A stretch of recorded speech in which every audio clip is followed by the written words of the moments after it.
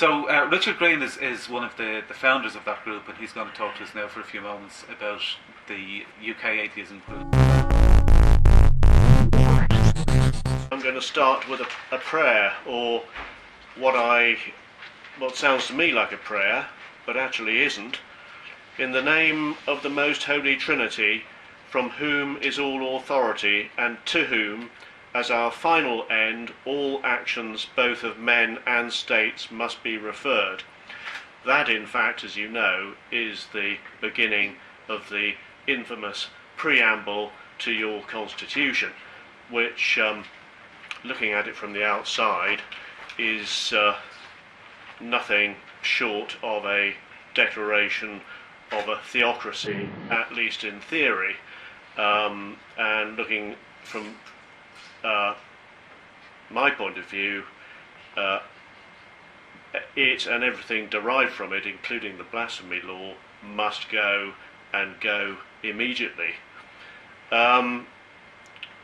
It was in the context of that, and in the face of the new blasphemy law, that Atheist Ireland was born and has thrived, and we seek to emulate that success in the UK. We have an awful long way to go yet to get anywhere near what you're doing.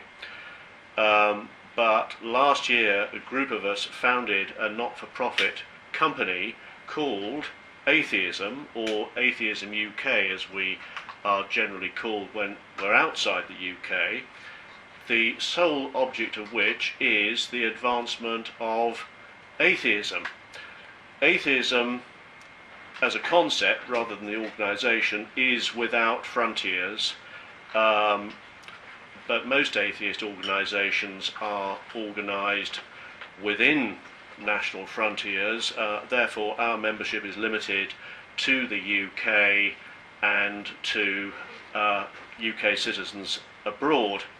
But we are cultivating links with other atheist organisations in other countries, including this one, and our application to become the first and probably the only UK member of Atheist Alliance International is pending. Three of us attended the AAI first European conference at Copenhagen last month. Michael was there as well, and we made contact with atheists from a number of different countries, and I think one of the things we want to develop in the near future is a European organisation of atheist organisations, an umbrella organisation, because it was obvious that we had much in common. I thought in Britain we had worse problems than most other countries with an established church. Turns out that's not the case at all. Denmark, Norway, for example, not only have established churches, but they also have taxpayers' money funding those churches. So we do have a lot in common, and also religious education is compulsory in many European countries as well, and that's one of our major problems which we're seeking to oppose as an organisation. Great Britain, and that excludes Northern Ireland, is, with one major exception, which is Islam, which I'll come to in a moment, it appears to be highly secular. We don't have an overtly theocratic constitution, and we don't have, in fact our blasphemy laws have recently been, very ancient blasphemy laws have recently been repealed.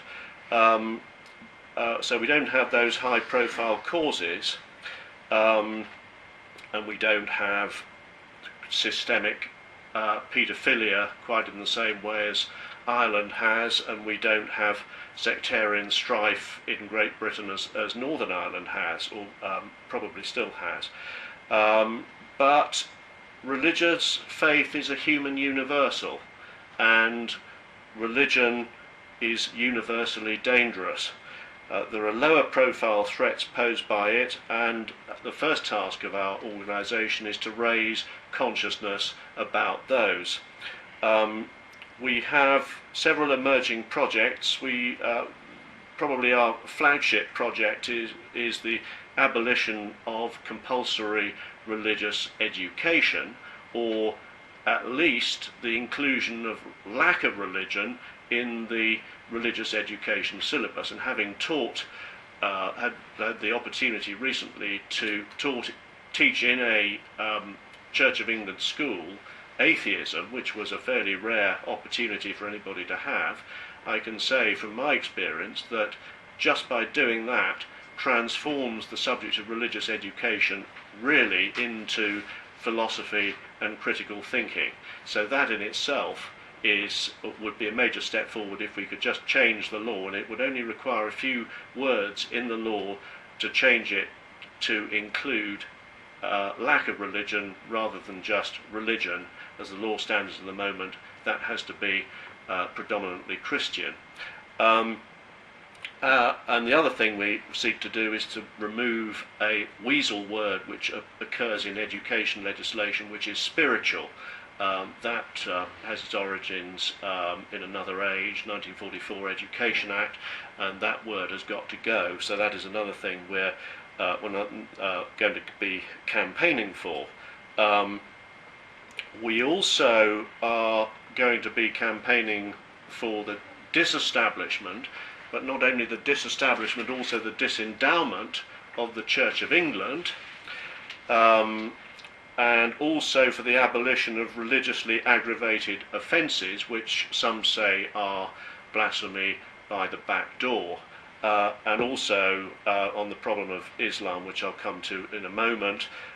We will be campaigning for the outlawing of Sharia courts, which at the moment have the status almost of law courts in the UK.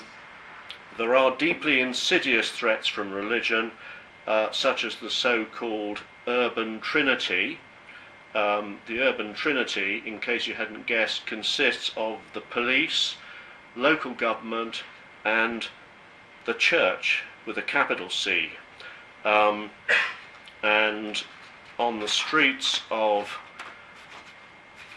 the UK, but not, as I understand it, yet in Ireland, we have what are known as street pastors. They are almost paramilitary bands of Christians who patrol the streets at night, preying on and praying for the drunk and the vulnerable. To say, it hasn't been unleashed on the streets of Ireland yet, probably because you don't have drunkenness in the same way. Do you? The proponents of the urban trinity claim that the church has thousands of members who can be mobilised and who can work with the police and with local government. In fact, these thousands of members are a tiny minority. But they are prepared to get involved in public affairs, particularly at local level, while others are not prepared to get involved. So they gain an entirely disproportionate influence in public affairs. This, however, is easy for us atheists to counter simply by getting involved in public affairs ourselves. So we intend to be very much a grassroots organisation with members supplanting Christians in public affairs at local level. Atheism UK is a distinctively atheist organisation. We formed it to fill a perceived gap among British non-theistic organisations. There's the British Humanist Association. Atheism is not the same as humanism. Almost all humanists are atheists, or at least agnostics, but not all atheists are humanists. We cater for atheists who are not humanists, and also for those humanists who regard atheism as important in its own right. There's also the National Secular Society, and I understand you don't actually have an equivalent to that in Ireland, and I think Atheist Ireland would be, as I see it, equivalent to the National Secular Society as well as to our organisation. The National Secular Society promotes its version of secularism, which essentially is the separation of church and state. Again, almost all its members are atheists, or at least agnostics, and atheists are almost by definition secularists in this sense, but some of us want to go further. We have much common ground with both these organisations, the BHA and the NSS, but some differences. For example, the British Humanist Association supports compulsory religious education, whereas we oppose it. Atheism UK approaches every issue from the premise of atheism, that is, that theistic claims are false. Our primary target is religious faith per se. Without it, the world would be a better place without the need to replace it with anything else. So, for example, the proponents of faith, with the proponents of faith schools, the argument is not so much about their pros and cons, as to say whether they're more academically successful or have a better ethos or better promote community cohesion than other schools. The argument is simply that their existence is based on a false premise, and that false premise is God exists.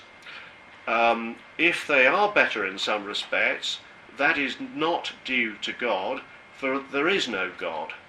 It is due to other factors which can equally exist in non-faith schools. There are two major respects in which the UK is definitely not secular. Those are Northern Ireland and Islam. We are proposing with Atheist Ireland a joint initiative to cover Northern Ireland. We'll take the Protestant atheists while you take the Catholic ones, or vice versa. Ultimately, there is only one enduring solution to 41 years of troubles: atheism. And the advancement of atheism in Northern Ireland is an imperative. In the UK, there are between 1.6 and 2.4 million Muslims, depending on which estimate you believe. And of those, 6% fully supported the 7/7 London bombings, according to opinion polls. So again, the advancement of atheism is an imperative. But we have a problem: parallel lives. Ethnic, cultural, linguistic and geographical, as well as religious separation, which makes this especially challenging. To that end, Atheism UK has formed links with the Council for Ex-Muslims, most of whose members are atheists. But we also have a complementary approach, and with permission, I quote from The God Virus. Europe has largely unbound religion from culture. The next step is for the United States to do the same. Last will be the Islamic countries. Having the most advanced viral form, they are the most infected and culturally bound. Uncoupling in the West will do more to uncouple Islam than any other force, as Christian fundamentalism is a major contributor to Islamic fundamentalism. When the Christian fundamentalist virus expressed itself through the President of the United States saying, "We are on a crusade," after 9/11, there was a huge response from Islam to this inflammatory statement. Clear-headed thinking about how to deal with the virus in other countries, Iraq and the Middle East, can only come if we are clear about how the God virus is manipulating our own political system. For Islamic countries, read Islamic communities in the UK. For the United States, read fundamentalist Christian communities in the UK. For the President of the United States, read his partner in religion and crime, Tony Blair. So by advancing atheism in the Christian domain, we indirectly advance it in the Muslim one. In conclusion, I am here to bring fraternal greetings, to learn from Atheist Ireland's success, to advance the initiative for Northern Ireland, and above all, to beat up paedophile priests. When I heard Michael speak movingly about the paedophile scandal in Copenhagen last month, all I wanted to do was come to Ireland and put the boot in. Thank you very much. Questions?